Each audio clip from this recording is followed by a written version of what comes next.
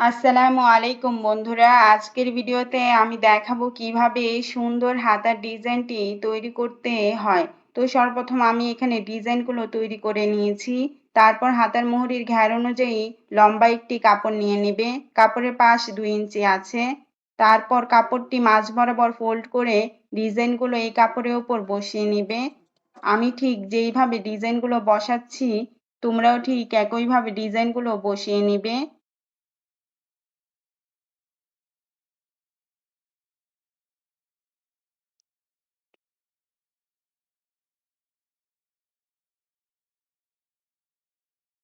তারপর হাতার কাপড়টি সোজা সাইডে রেখে ডিজাইনের কাপড়টি উল্টিয়ে সুন্দরভাবে সেলাই করে নিবে।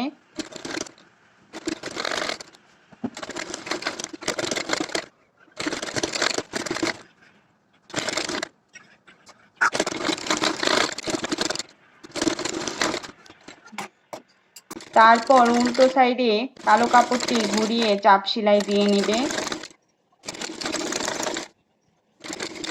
হয়ে গিয়েছে কিন্তু আমার সুন্দর এই হাতার ডিজাইনটি তৈরি করা। কেমন হয়েছে আপুরা অবশ্যই কমেন্ট করে জানাবে। ধন্যবাদ সবাইকে।